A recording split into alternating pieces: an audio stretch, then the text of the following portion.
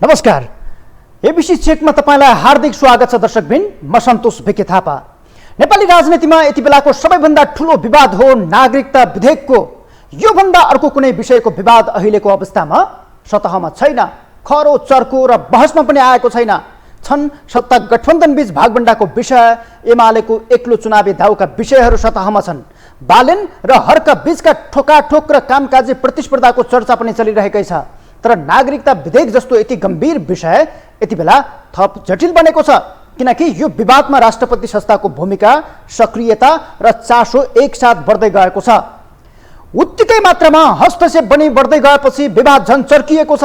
यो चर्किएको विवादमा महलम लगाउनु भन्दा राजनैतिक दलहरूले झन् नुनचुक छर्ने काम गरिरहेका छन्। संविधान संरक्षक जस्तो भूमिकामा रहेको राष्ट्रपति संस्थामाथि प्रत्यक्ष यो नागरिकता विधेयक जोडिएपछि विवादले निकासको रूप धारण गरेको छैन। त्यसमाथि दलहरूले राष्ट्रपतिको सक्रियतालाई राजाको शैलीका रूपमा अर्थ्याएका छन्। गणतान्त्रिक देशको राष्ट्रपतिलाई राजासँग तुलना गर्नु के जायज छ? तर पनि अहिले राष्ट्रपतिको सक्रियता देखेर दलहरूले यसै भनिरहेका छन्।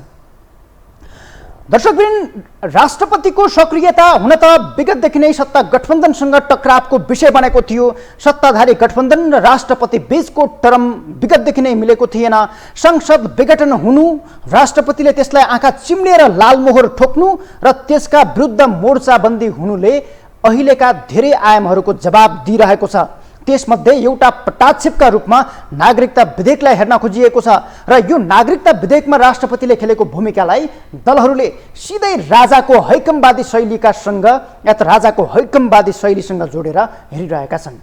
राष्ट्रपतिबाट आइरहने सुझाववादी आदेश र आग्रह जस्तो देखिने निर्देशनहरूले हरेक विषयमा टाङ अड्काउने काम भएको भन्दै सत्ता गठबन्धनले आरोप लगाउँदै आएको छ। झन् सोमबार सत्ता गठबन्धनको नेतृत्व गरेको नेपाली कांग्रेसदेखि प्रमुख प्रतिपक्षको भूमिकामा रहेको नेकपा एमाले सहितका साना भुराभारी दलहरूसँग शीतल निवास नै बोलाएर राष्ट्रपतिले खटनपटन सुरु गरेपछि आरोप श्रृङ्खला र सक्रियताले नयाँ उचाइ लिएको छ। जहाँ राष्ट्रपतिले सरकारमाथि चित्त दुखाउने मात्रै होइन, एमालेको भूमिकामाथि समेत असन्तुष्टि जनाएकी छिन्। तर राष्ट्रपतिले एमालेलाई उचालेर उत्पातै राजनीति गर्न खोजेको अर्थमा समेत गठबन्धनले आरोप लगाइरहेको छ। एउटा राष्ट्रपति संस्थामाथि राजनैतिक दलको यो खाले आरोपलाई कसरी बुझ्ने? तर पनि यसमा धेरै पिर गर्नुपर्ने विषय नहुन पनि सक्छ। कारण विगतदेखि नै गठबन्धनले राष्ट्रपतिलाई निको लिएको छैन। आजभन्दा झन्डै 1.5 वर्ष अघि नेकपा माओवादी केन्द्रका अध्यक्ष पुष्पकमल दाहाल प्रचण्डले त राष्ट्रपति भन्दा त बरु राजा नै ठिक भएको दाबी गरेका थिए। संसद विघटन भएपछि गत वर्षको असार 10 गते सम्पादकसँग अन्तर्क्रिया गर्दै प्रचण्डले राष्ट्रपतिले बेइज्जत गरेको भन्दै राजाको शान सम्झिएर राष्ट्रपतिको अपमान गर्ने काम गरेका थिए। एकपटक यो हेरौँ त। अहिले त राष्ट्रपति भनेको संस्था त यति यो भन्दा त राजाहरू भन्दाखेरि त एउटा थियो नि शान। अहिले त शान पनि छैन, मान पनि छैन, इज्जत नि छैन। कस्तो भयो त हामीले बनाएको संस्था?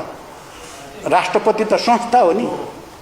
अहिले प्रत्येक संवैधानिक चाहिँ निकायहरू चाहिँ के निकाय भन्ने तिनलाई शब्द बढी भनौँ भने फेरि के हुने हो? यति कमजोर त कहिले पनि देखिएको थिएन। अख्तियार भन्दा एउटा हुन्थ्यो, छैन। निर्वाचन आयोग बिचरा लाज पनि नहुने रहेछ कि त्यो साथीहरूलाई, त्यहाँ बसेकालाई। कति अरू भन्नु सबै के भएका हुँदा राष्ट्रपति कार्यालय सबैले अभिभावक भनेर, संविधानको संरक्षक भनेर, अझ म त झन् महिलालाई अगाडि सार्ने भनेर महिला अघि सार्ने भएको त हेर्नुहोस् त। अहिले त राष्ट्रपति त कस्तो भयो?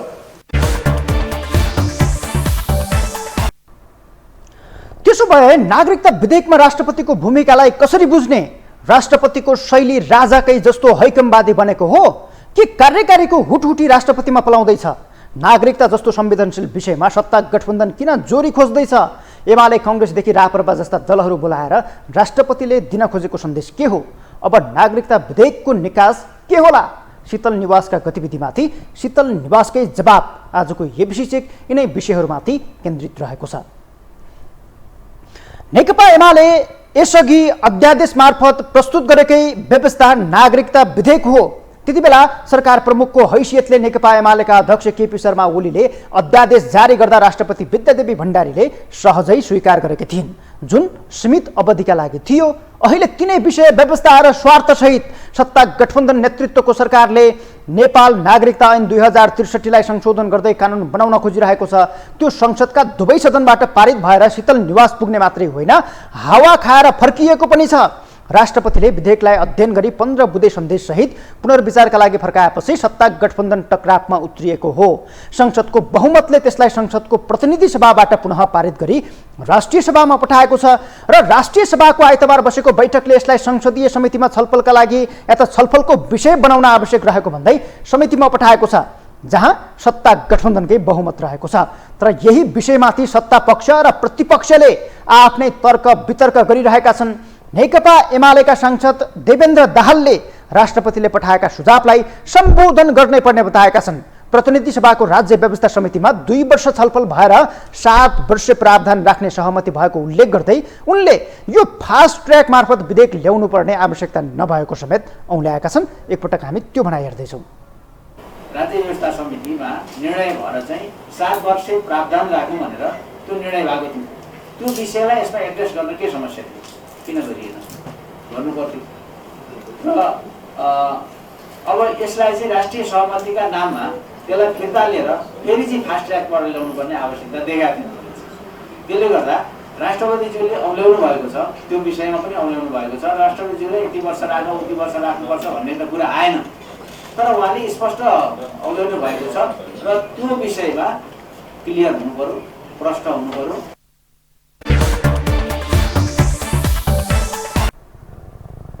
तर सत्ता गठबन्धनका सांसदहरूले यसलाई सहमतिमा पास गरिहाल्नुपर्ने मत राखिरहेका छन्। सत्ताको नेतृत्वकर्ता नेपाली कांग्रेसका राष्ट्रिय सभा सदस्य जितेन्द्र नारायण देवले राष्ट्रपतिको सन्देशमा कहीँ कतै यो असंवैधानिक या अनुपयुक्त नरहेको भन्दै त्यो खालको स्पष्ट पारेकाले यसलाई सर्वसम्मत रूपले पास गर्नुपर्ने बताएका छन्। यसलाई कतै अल्झाउनु पर्ने, डराउनु पर्ने वा त तर्सिनु पर्ने कारण नभएको भन्दै उनले यसलाई जति सक्यो छिटो सर्वसम्मतिबाट पारित गर्नुपर्ने बताएका छन्। यो कम्प्लिट संवैधानिक छ भन्ने कुरा सम्माननीय राष्ट्रपतिजीको सन्देशबाट पनि एप्रुभ भएको छ, अनुमोदन भएको छ। त्यसकारण जे कुरा आइसकेको छ त्यसलाई चाहिँ हामीले सर्वसम्मतिबाट, त्यसमा कुनै बहुमत अल्पमत गरेर नभएर बरु सर्वसम्मतिबाट त्यसलाई पास गर्ने गरी हामी सबै सोचौँ। सत्ता गठबन्धनले यो विषयलाई जतिसक्दो चाँडो टुङ्ग्याउनु पर्ने ढिप्पी कसिरहेका बेला यसलाई घनीभूत छलफलमा लैजानुपर्ने मत समेत व्यक्त भइरहेका छन्। नेकपा एमालेका भैरव सुन्दर श्रेष्ठले राष्ट्रपतिले दिएका सुझावका सम्बन्धमा कानुनविद, संविधानविद र विज्ञहरूसँग छलफल चलाई टुङ्ग्याउनु पर्ने बताएका छन्। समितिमा गइसकेपछि यसको कन्टेन्टको विषय राष्ट्रपति जे कुराहरू इन्डिकेट गर्नुभएको छ त्यसको विषयमा चाहिँ छलफल चाहिँ होला। छलफल हुनुभन्दा पूर्व अझ मैले अघि पनि भने म फेरि दोहोऱ्याउँदै भन्छु, विज्ञहरू जो कानुनविदहरू, पूर्व सभामुख दमन ढङ्गका कुराहरू मैले पनि एकदमबाट सुनेको थिएँ। उहाँहरूलाई ल्याउँदै हुन्छ कि भीमार्जन आचार्य अधिवक्तालाई लिएर आएर हुन्छ कि अरू यस्तै यस्तै अब कुनै पत्रकार, वरिष्ठ पत्रकारलाई लिएर आएर हुन्छ कि हामी विज्ञहरूको एकपटक चाहिँ कुरा राखेर सुनौँ र यी सवालमा कसरी सम्बोधन गर्न सकिन्छ भन्ने विषयमा गम्भीर ढङ्गले हामी छलफल गरौँ र निष्कर्षमा हामी पुग्छौँ भन्ने नै हो। तर विधेयकका सम्बन्धमा संशोधन हालेका सांसदहरूले लैङ्गिक समानता र सो घोषणा गर्नुपर्ने विषयमा बृहत छलफल चलाउनु पर्ने बताएका छन्। नेकपा एमालेकी राष्ट्रिय सभा सदस्य डाक्टर विमला राई पौड्यालले नागरिकता सम्बन्धी विधेयकमा आफ्नो संशोधन कायम रहेकाले सो संशोधन उप पनि छलफल गर्न माग गरेकी छिन्। महिलाले सो घोषणा गर्नुपर्ने विषयमा बढ्ता जोड दिएकी उनले लोकतन्त्रमा असफल बनाउन सकिन्छ, त्यसलाई पारित गर्न पनि सकिन्छ, तर कमसेकम यसमा छलफल चलाएर जानुपर्ने छुट समेत रहेको र त्यो गर्नै पर्ने आवश्यकता उनले औल्याएकी छिन्। यसलाई छलफल गर्न त पाउनुपर्ने उनको तर्क छ, उनको मत छ, किनकि विधेयक फिर्ता गर्दा पठाएको सन्देशमा प्रादेशिक पहिचान, लैङ्गिक समानता नभएको र अङ्गीकृत नागरिकताबारे स्थायी समाधान खोज्नुपर्ने विषयमा राष्ट्रपतिले गम्भीर चासो व्यक्त गरेकी थिइन्। त्यही विषयमा सांसद विमला राई पौडेलले समेत आफ्नो माग राखेकी छिन्। परिवारका सदस्य भनेर जुन कुरा प्रतिवेदनमा राखिएको छ त्यसमा आमापट्टिको परिवारको पहिचानै छैन, बाहुपट्टिको मात्रै राखिदिनु छ। यस्ता साना साना कुराहरू छन् जुन कुराहरू हामीले सच्याउन सक्छौँ र लैङ्गिक समानतामा एउटा इँटा थप्न जान्छौँ। त्यो भएर यस्ता खालका विषयमा मैले संशोधन राखेको थिएँ। त्यो संशोधन मलाई थाहा छ बहुमतले फेल गरेको छ, तर त्यही विषयमा राष्ट्रपतिज्यूले फेरि लैङ्गिक समानताको कुरा उठाएर स्वघोषणाका कुरा उठाएर यहाँ सन्देशमा लेखिसक्नु भएपछि त्यो संशोधनमा फेरि छलफल होस् भन्ने मेरो माग हो। मलाई थाहा छ अङ्गीकृत विषयमा छलफल यहाँ नसक्ला, हामी पार लगाउन नसकौँला, छलफल त होस्। तर यी सबै विषयहरूमा जसपाकी सांसद प्रमिला कुमारीको सहमति छैन। उनले नागरिकता दिनु सरकारको कर्तव्य रहेकाले जन्मसिद्ध नागरिकका सन्तानले नागरिकता पाउनुपर्ने बताइन्। यसमा कुनै रोकटोक आवश्यक नभएको उनको दाबी छ। कुनै पनि नेपाली नागरिकलाई नागरिकता प्राप्त गर्ने हकबाट वञ्चित गरिने छैन भन्ने कुरा संविधानमै उल्लेख भएको हुँदा हामीले पनि संविधानको पालना गर्नु जरुरी छ। जन्मसिद्ध नेपाली नागरिकता प्राप्त आमा बुवाका सन्तानले लामो समयदेखि ठुलो सङ्ख्यामा लगभग 6-7 लाख भन्दा बढी नेपाली नागरिकता प्राप्त गर्न सकेका छैनन्, जसले गर्दा उहाँहरूलाई दैनिक जीवनयापन गर्न कठिन भएका छन्। यद्यपि सत्तापक्ष र प्रतिपक्ष बीचको बाजाबाजका बीचबाट मझधारमा गएर विषयलाई टुङ्ग्याउनु पर्ने मत समेत व्यक्त भइरहेका छन्। गठबन्धनको सहयोगमा निर्वाचित भए पनि आफूलाई स्वतन्त्र रूपमा उभ्याएका सांसद डाक्टर खिमलाल देवकोटाले समय सीमा तोक्नै पर्ने बताएका छन्। यो विधेयकमा केही कमजोरी भएको उल्लेख गर्दै उनले कम्तीमा 1-2 वर्ष भए पनि समय सीमाको प्रावधान राख्नै पर्ने मत व्यक्त गरेका छन्। त्यो पनि हेरौँ। सबै अधिकार दिउँ होइन। मैले त्यहाँ संशोधन पनि हालेको थिएँ, चौलअचल सम्पत्ति आर्जन गर्ने, भोग गर्ने, बेचबिखन गर्ने, व्यवसायलाई लाभ प्राप्त गर्ने, सम्पत्तिको कारोबार गर्ने, पेसा गर्ने सबै अधिकार दिउँ होइन। एउटा राजनीतिक बाहेक होइन, राजनीतिक र प्रशासनिक बाहेक सबै अधिकार दिउँ। भारतमा पनि त्यही व्यवस्था छ, 7 वर्षमा छ तर सबै अधिकार दिन्छ। तर ठिक छ तपाईँ 7 वर्ष पनि सक्नुहुन्न, 5 वर्ष पनि सक्नु, कम्तीमा 1-2 वर्ष त राखिदिनुहोस् न। हामीले हेऱ्यौँ राष्ट्रिय सभाले पठाएको विधान व्यवस्थापन समितिमाथिको छलफलमा सांसदहरूले व्यक्त गरेको मतको हिस्सा अब यही पक्ष विपक्षकै वरिपरि रहेर विधेयक पारित हुनेछ। तर यो विषयमा गृहमन्त्री बालकृष्ण खाँडले भने प्रमुख प्रतिपक्षीय दलका नेता एमाले अध्यक्ष केपी शर्मा ओलीसँग सघन छलफल गरी सहमतिमै सरकारले विधेयक अघि बढाएको र संसदको दुवै सदनबाट पारित गराएको भन्दै रोक्न आवश्यक नरहेको बताएका छन्। उनले केपी ओली नेतृत्वको अघिल्लो सरकारले ल्याएको विधेयक र अध्यादेशमा आधारित रहेको पनि समितिलाई जानकारी गराएका छन्। तसर्थ यसलाई रोक्न नहुने गृहमन्त्री खानको जिकिर रहेको छ। त्यो पनि हेरौँ। 75 सालमा जुन मूल विधेयक आएको थियो, 78 सालमा जुन अध्यादेश जारी भएको थियो, त्यसैको आधारशिलामा उभिएरै चाहिँ हामीले विधेयक ल्याउँछौँ भन्ने कुराको जानकारी दिएर छलफल गरेर यो अगाडि बढेको हो। तर परमपति जसले पनि मौन बसेर चाहिँ सहयोग पुऱ्याएको हुन्छ। प्रतिनिधि सभा राष्ट्रिय सभामा परमपति दलले पनि तपाईँहरूले पनि सहमति नै जनाएको हो। आफ्नो धारणाहरू थियो होला, संशोधनहरू थियो होला, विचारहरू थियो होला। तर नागरिकता जस्तो विधेयकमा यसलाई अब रोक्नु हुँदैन। सरसर्ती सबै विषयलाई हेर्दा नागरिकता विधेयक रोकिन सक्ने आधारहरू कमजोर हुँदै गएका छन्। संसदमा सत्ता गठबन्धनको बहुमत छ, विधेयक पारित नै भइसक्यो, समितिमा छलफलका लागि पुगेको छ, त्यहाँ पनि गठबन्धनकै बहुमत छ। राष्ट्रपतिलाई 2 पटक रोक्न सक्ने अधिकार संविधानले दिएको छैन। तर यही विषयलाई लिएर सत्तापक्ष, प्रतिपक्ष र राष्ट्रपति बीचको त्रिपक्षीय भिडन्तले भने झन् यो विषयलाई जटिल बनाउँदै लिएको छ। यही बीचमा नागरिकता पारित गर्ने या त नागरिकता विधेयक पारित गर्ने अवस्था आए राजीनामा दिने राष्ट्रपतिको सूचना चुहिएको छ। त्यही विषयले गठबन्धनमा थप सकस दिएको छ। प्रमुख प्रतिपक्ष दुवैतर्फबाट फाइदा लिने तयारीमा छ। पहिले एमालेकै कारण राष्ट्रपति उचालिएको विषयमा सत्ता गठबन्धनले आरोप लगाइरहेको थियो। तर अहिले राष्ट्रपतिबाट यो विधिको सक्रियता देखिसक्दा समेत एमालेले खरो अडान लिन सकिरहेको छैन। विगतमा आफूले यही व्यवस्था सहितको अध्यादेश ल्याएकाले पनि हुन सक्छ। एमालेको स्वर मत्थर हुँदै गएको छ। एमाले यसबाट भाग्न सक्ने अवस्था पनि छैन। फलत एमालेको यो भूमिकामाथि राष्ट्रपति समेत असन्तुष्ट देखिएकी छिन्। सोमबार एमालेका नेताहरूलाई बोलाएर राष्ट्रपतिले शीतल निवासमा असन्तुष्टि जनाएको विषय पनि बाहिरिएको छ। एमालेका वरिष्ठ उपाध्यक्ष ईश्वर पोखरेल, उपाध्यक्ष सुभाष चन्द्र नेङवाङ, रामबहादुर थापा, र महासचिव शङ्कर पोखरेलसँगको छलफलमा एमालेको भूमिका प्रतिपक्षको जस्तो नभएको भन्दै उनले चित्त दुखाएको विषय समेत सतहमा आएको छ। तर यो विषयलाई राष्ट्रपति र एमालेको स्वार्थमा केन्द्रित गरेर यसलाई चाहिँ गिजोल्न हुँदैन, या त सत्ता गठबन्धनले पनि यसलाई राष्ट्रपतिमाथि प्रश्न उठाउने विषय बनाउनु हुँदैन भनेर एमाले सांसदहरूले राष्ट्रपति र एमालेमाथि उठेका प्रश्नहरूको बचाउ गरिरहेका छन्। एमालेका नेताहरूले त्यो खालको अभिव्यक्ति दिइरहेका छन्। यति बेला हामीले नेकपा एमालेका नेताहरूसँग बुझेका छौँ कि राष्ट्रपतिले एमाले उचालेको अवस्थामा यो समस्या आएको हो या त एमाले राष्ट्रपतिलाई उचालेर यस्तो अवस्था आएको हो। यसमा चाहिँ आरोप प्रत्यारोपको राजनीति ठिक छ कि छैन नागरिकता विधेयकमा भनेर सोधेका छौँ। एकपटक त्यो पनि हेरौँ। राष्ट्रपतिले जुन 15वटा बुँदामा चाहिँ सुझाव लेखेर पठाउनु भएको छ, त्यो 15वटा बुँदामा केन्द्रित भएर बहस छलफल आवश्यक छ। तर छलफल चाहिँ राष्ट्रपतिमाथि केन्द्रित भएको छ, जुन गलत कुरा हो। दलका नेताहरूलाई के प्रयोजनका लागि बोलाउनु भयो, सरकारका मान्छेहरूलाई के प्रयोजनका लागि बोलाउनु भयो, के छलफल भयो, यो महत्त्वपूर्ण विषय होइन। महत्त्वपूर्ण विषय के हो भन्दाखेरि राष्ट्रपतिले सुझावको रूपमा पठाउनु भएका बुँदाहरू नागरिकता विधेयकमा कसरी सम्बोधन गर्नुपर्छ, ती सरकारले संसदले त्यो बुँदालाई कसरी हेर्छ र के निष्कर्ष निकाल्छ भन्ने कुरा महत्त्वपूर्ण कुरा हो।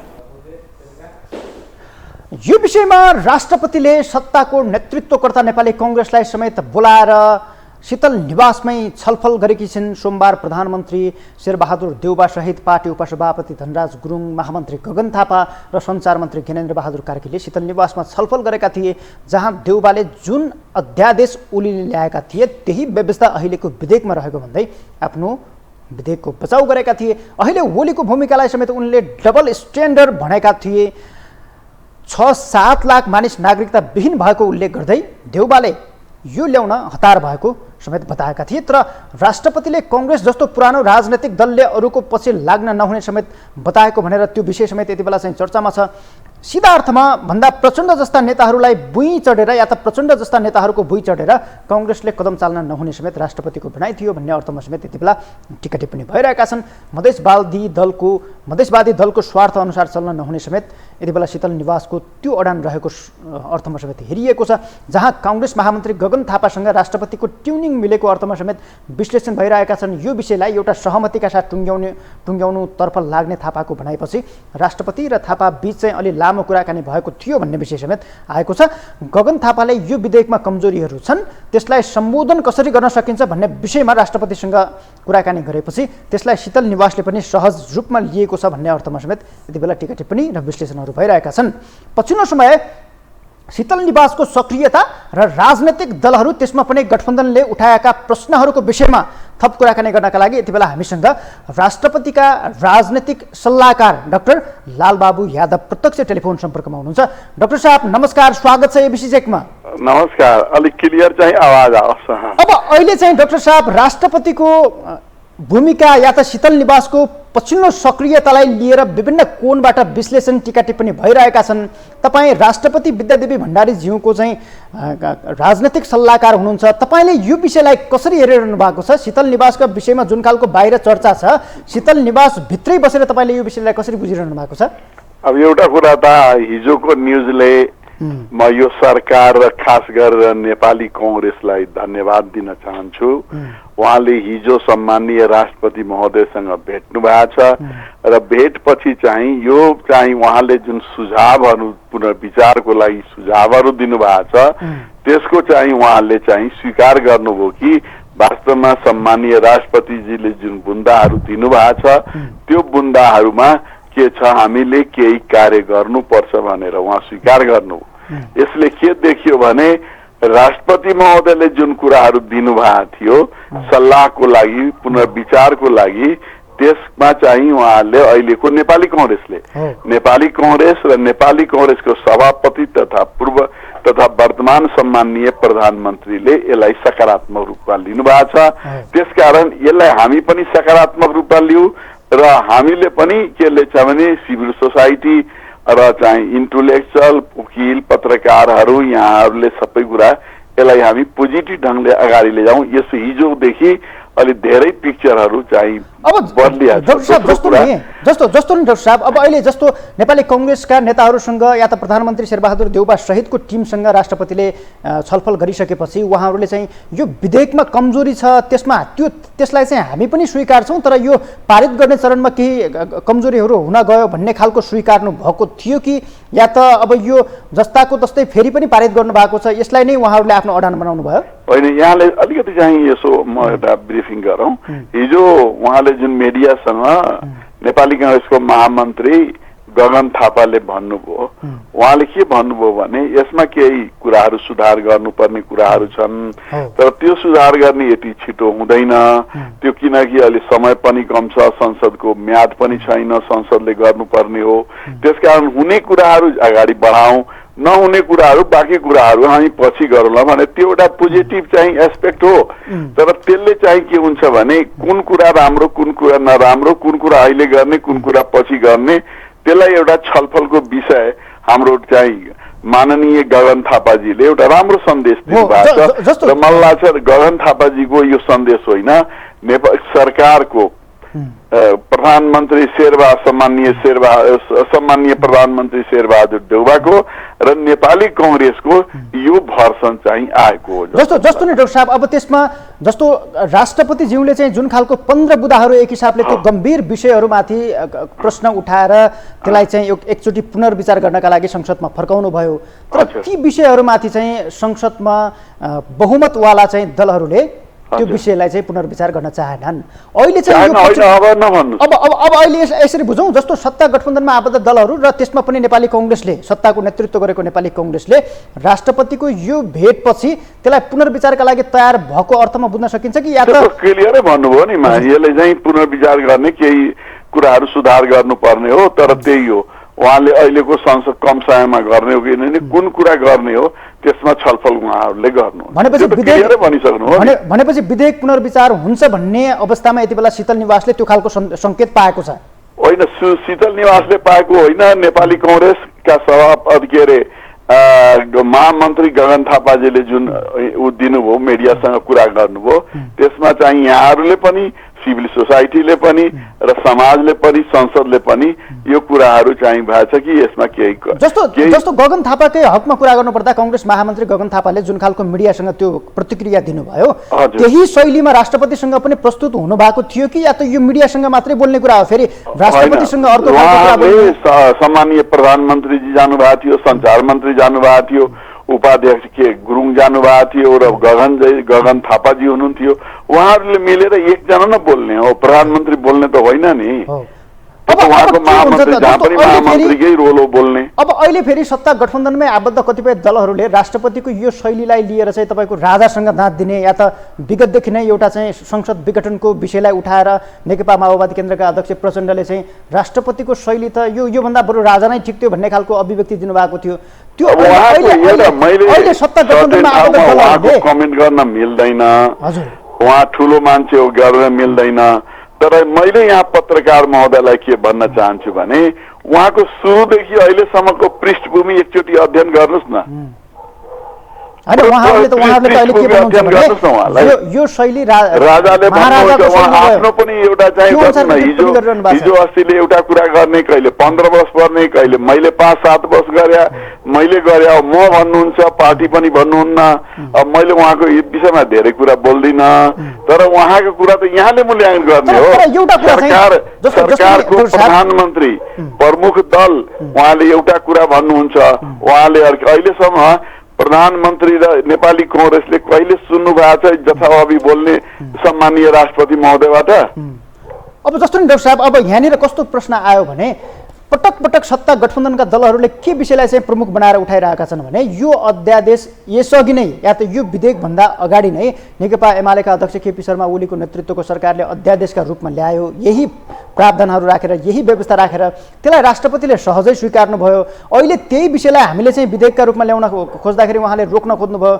यो चाहिँ यो पार्टीको पक्षधर्ताका रूपमा उहाँले अहिलेसम्म पनि एउटा चाहिँ त्यो पक्षधर्ता कायम राखिराख्नु भयो भन्ने हिसाबले चाहिँ यो आलोचना भइरहन्छ क्या यो आलोचनाका विषयमा चाहिँ शीतल निवासको भूमिका म के हो? यहाँलाई भनौँ है एउटा कि सुतेको मान्छेलाई उठाउन सकिन्छन् उठेको मान्छेलाई उठाउन सक्दैन एकजनाले यस्तो व्यक्ति जो संविधानै पढेको छैन त्यसले भन्ने कुरा जायज हो जसले संविधान पढ्या मलाई लाग्दैन पोलिटिकल लिडरले संविधान पढ्या होइन संविधान पढेर उहाँसँग बोलाउनुहोस् म कुरा गर्छु त्यो केपी ओलीले अध्यादेश पठाएको अध्यादेश चाहिँ सम्माननीय राष्ट्रपतिले रोक्न मिल्दैन त्यो संविधानको 111 को 3 धारा होला क्यारे मिल्दैन त्यो के हो भने त्यसले चाहिँ सही गर्ने हो मन्त्री परिषदले सिफारिस गर्ने अध्यादेश राष्ट्रपतिले सही गर्ने हो र त्यो सही हो कि गलत हो त्यसको छिनोफानो संसदले गर्ने हो अहिले संसदले किन गरिरहेको छैन त गर्नु पर्यो नि संसदले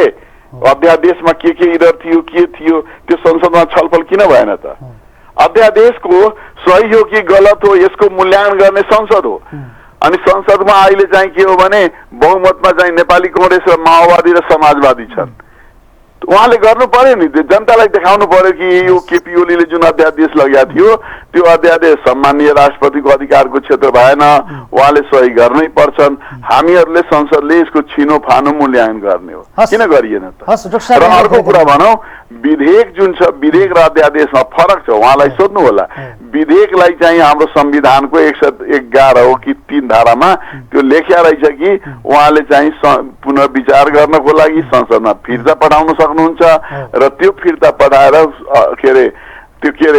सुझाव सहित फिर्ता पठाउनुहुन्छ यो चाहिँ अहिले यहाँको ट्रेन्ड्स मात्र होइन डेमोक्रेसीमा खास गरेर पार्लियामेन्ट्री डेमोक्रेसीमा संवैधानिक राजा होस् या राष्ट्रपति होस् चाहिँ उहाँले चाहिँ विधेयकलाई अध्यादेशलाई विधेयकलाई पुनः विचार गर्नको लागि ट्रेन्ड चाहिँ पार्लियामेन्ट्री सिस्टमको जननी ब्रिटेनमा भन्छन् ब्रिटेनमा 1700 कतिमा प्रधानमन्त्री पठाउनु भएको आङ्गे के थियो एउटा चाहिँ रानी हुनुहुन्थ्यो उहाँले फिर्ता पठाएको हो त्यसको कपी हिन्दुस्तानले गरे हो हिन्दुस्तानमा नेहरूको हिन्दू कोड बिललाई राष्ट्रपति राजेन्द्र प्रसाद या डाक्टर राजेन्द्र प्रसाद यादवले फिर्ता गरेकै हो अब जस्तो नि हेटौर साहब अब यो धेरै खालका विषयहरू यसमा जोडिएका छन् र यो विधेयकसँगै जोडिएर आइसकेपछि केही यसको चर्चा परिचर्चा भइसकेपछि राष्ट्रपतिको राजीनामाको विषय एकाएक आयो फेरि यो शीतल निवासकै तयारी हो कि या त यसलाई चाहिँ बाहिर एउटा हिसाबले प्रचार हल्ला गरिएको छ कहाँबाट राजीनामा कुरा सुन्नुहुन्छ राजीनामा दिने कुरा के हो अब त हिजोदेखि क्लियरै भयो उहाँले चाहिँ नेपाली कांग्रेसका चाहिँ सरकारले चाहिँ यो कुराहरू स्वीकार गरौँ पहिला पनि राजीनामा दिने कुरा उठेको थिएन आज पनि छैन भोलि पनि छैन हस् धन्यवाद डाक्टर साहब यहाँलाई उहाँ हुनुहुन्थ्यो राष्ट्रपतिका राजनैतिक सल्लाहकार डाक्टर लालबाबु यादव हामीसँग नागरिकता विधेयक सत्ता गठबन्धन र त्योसँग जोडिएर आएका विषयहरूमाथि छलफल गर्नुहुँदै प्रत्यक्ष टेलिफोन सम्पर्कमा हामीले बोलाएका थियौँ नागरिकता विधेयकका सन्दर्भमा यति बेला चाहिँ राष्ट्रपतिले सत्ता गठबन्धन या त त्यसको नेतृत्व गरेको नेपाली कांग्रेससँग छलफल गरिसकेपछि यसलाई पुनर्विचार गर्नका लागि सत्ता गठबन्धन तयार हुने विषयमा शीतल निवास यति बेला आशावादी देखिएको छ र यो सँगै आजको एबिसी चेक पनि यही सकिन्छ नमस्कार।